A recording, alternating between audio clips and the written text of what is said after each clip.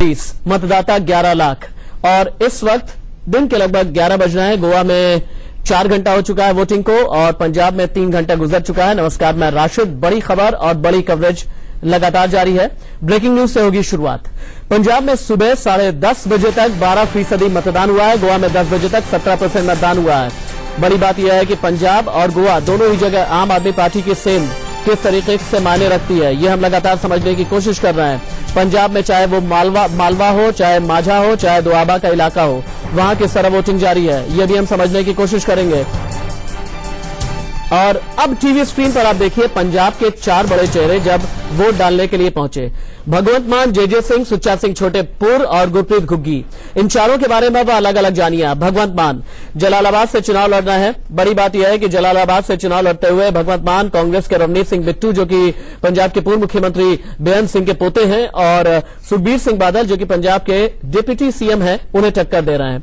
General जे सिंह पटियाला में captain Amarinder Singh को टक्कर दे रहे हैं। हालांकि आम आदमी पार्टी के बलबीर सिंह भी वहां से चुनावी मैदान में है। सुच्चा सिंह छोटेपुर एक जमाने में आम आदमी पार्टी के संयोजक हुआ करते थे पंजाब में, उसके बाद रिश्वतखोरी का उनके ऊपर आरोप लगा और अब अपना पंजाब पार्टी उन्होंने बनाई है।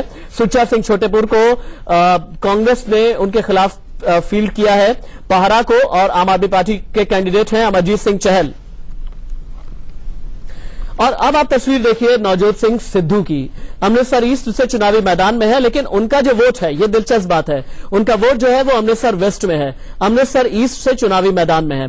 बड़ी बात यह है कि जो अमृतसर का इलाका आता है वो आता है पंजाब के माझा में। माझा का जो पूरा इलाका है वहां पर कांग्रेस का प्रभुत्व बताया जाता है।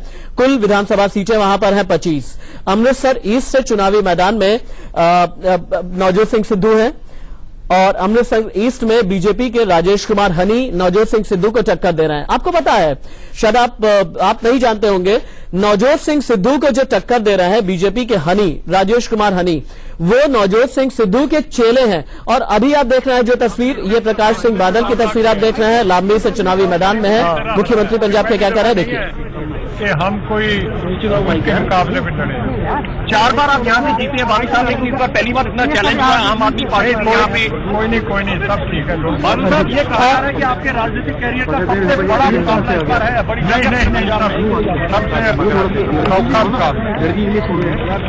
कोई बिल्कुल नहीं, मुझे अपने सब भाइयों पर पूरा याद है और मैं आज कह सकता हूँ मेरा 70 साल का तजर्बा है।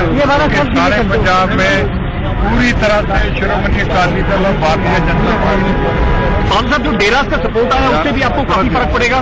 मैं कुछ नहीं कह सकता, कोई किसी को सपोर्ट करे, आप किसको सपोर्ट करें, मैं इसमें क्या सकता। और जो आम आदमी पार्टी की एंट्री हुई है सर, जो आम आदमी पार्टी का क्या असर रहेगा इस बार पंजाब? कुछ नहीं असर है, कोई असर नहीं। दास जी का कहना है कि लोकल लीडरशिप काफी नाराज है। अभी तो नाराजगी नहीं है कि लोकल लीडरशिप तो नाराज, कोई नहीं जी।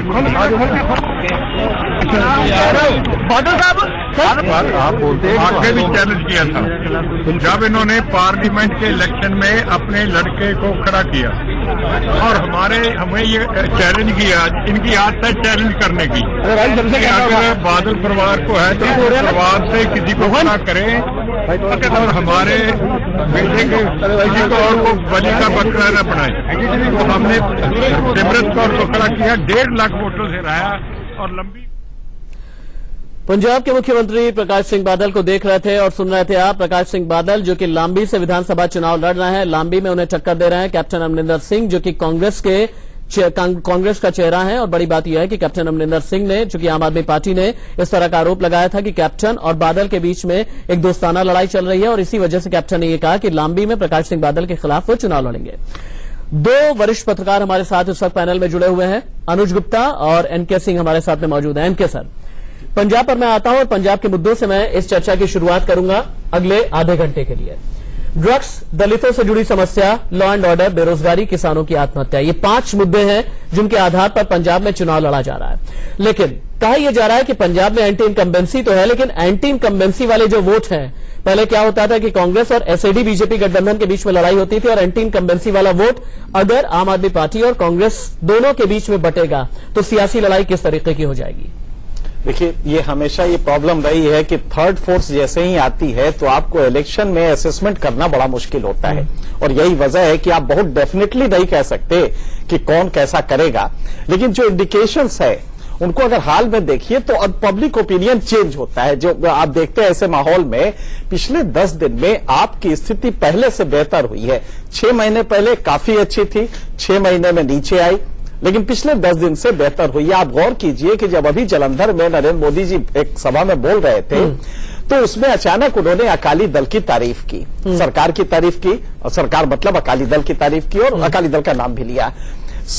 एक बड़ा वर्ग था जो उठ के जाने लगा पूरी भीड़ से, वो मोदी को सुनने आया था, अकाली दल की तारीफ सुनने नहीं आया था। तो जो नाराजगी अकाली दल की, उससे बीजेपी अगर इंडिपेंडेंट खुद लड़ती, आइसोलेटेड तरीके से लड़ती तो शायद बेटर परफॉर्म करती।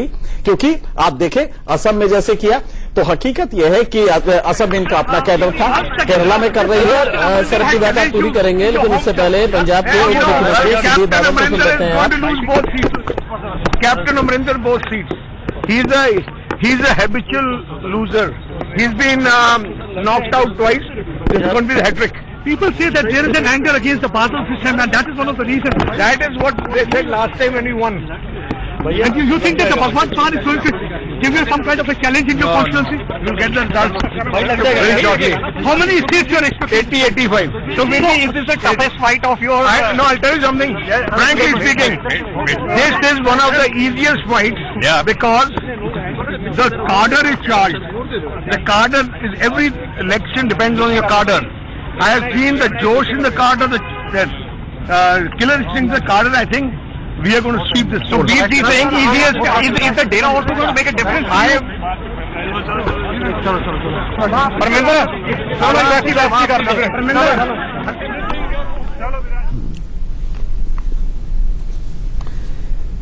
पंजाब के उप मुख्यमंत्री सुखबीर सिंह बादल को आप सुन रहे थे, जलालाबाद से चुनाव लड़ रहे हैं। और सुखबीर सिंह बादल के बाद हरसिमरत कौर बादल को भी एक बार सुन लेते हैं हम।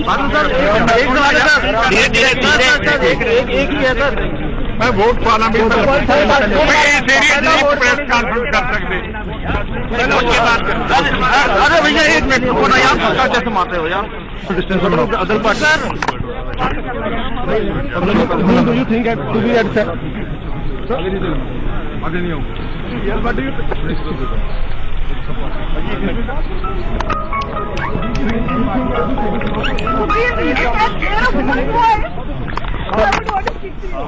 एक मिनट भाई साहब, एक यार आगे लग जाएगा भाई। How many they can get? I think there be below 10। Punjab के उप मुख्यमंत्री सुखबीर बादल को हमारे साथ हैं। बादल साहब, अपनी जीत को लेकर आप कितने आश्वस्त हैं? हमारी जीत क्लियर है, कार्डर पूरा चार्ज है, and it be a better victory than last time. Captain Amarinder Singh ने ताल ठोकी है लंबी से, जो कि आपका गढ़ है। वो कैप्टन अमरिंदर सिंह को ड्रामे करने के लिए यहाँ है, जमानत करके इसको भेज देंगे। वो आम आदमी पार्टी के बारे में क्या कहेंगे आप? वो तो थर्ड पोजीशन। बादल साहब, मनप्रीत बादल दावा कर रहे हैं कि जलालाबाद और लंबी सीट बड़े मार्जिन तो जीत रही है कांग्रेस। कौन? मनप्रीत बादल। अच्छा, दोनों सीटें तो तीसरे नंबर पे आई है, बड़ी मार्जिन ना तीसरे नंबर पे आ रही है। एक मिनट,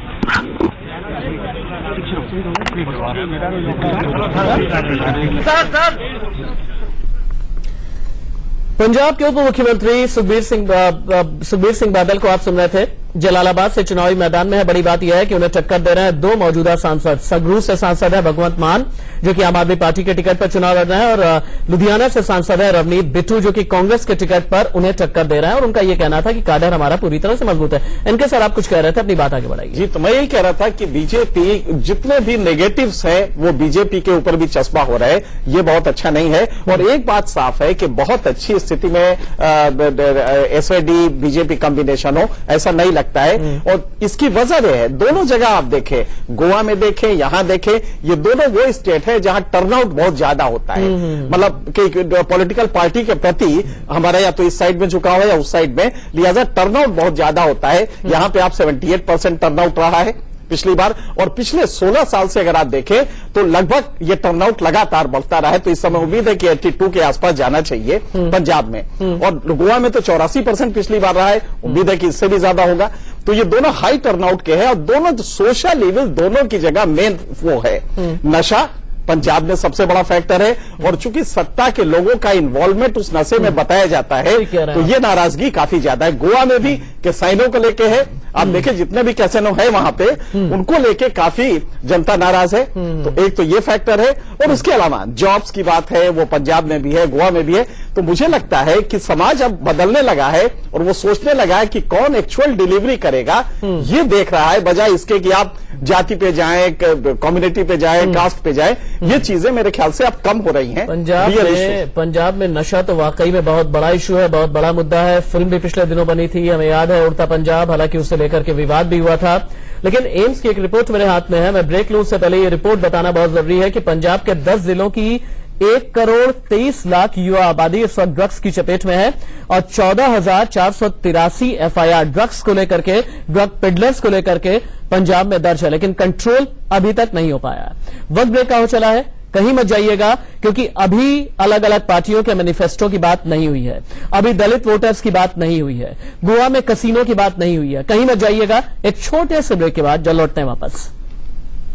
पा रहा है कि बड़ी टक्कर कहां की है, जलंधर छावनी इस वक्त अभी आपने देखा, और जलंधर छावनी की तस्वीरें हम आपको दिखा देते हैं, जहां पर क्रिकेटर हरभजन सिंह, टैबुरेटर हरभजन सिंह अपना वोट डालने के लिए पहुंचे।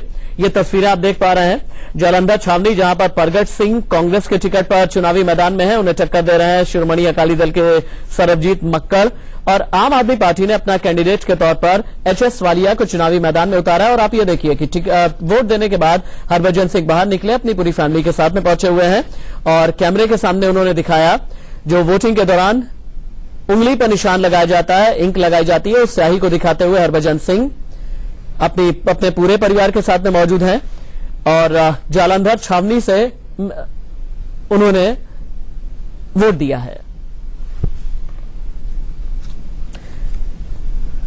चलिए, इन्हीं तस्वीरों के साथ हम सीधे चलेंगे अनुज गुप्ता जी के पास में। अनुज गुप्ता जी, अभी थोड़ी देर पहले हम बात कर रहे थे दलितों से जुड़ी हुई समस्या पंजाब में, चूंकि 32% के साथ पंजाब में दलित वोटरों की संख्या देश में सर्वाधिक है, लेकिन इनसे जुड़े हुए मुद्दे भी सबसे ज्यादा यहीं पर है, चाहे वो अत्याचार के मुद्दे हो, नौकरी के मुद्दे हो, जमीन के टुकड़ा अपने नाम कराने के मुद्दे हो।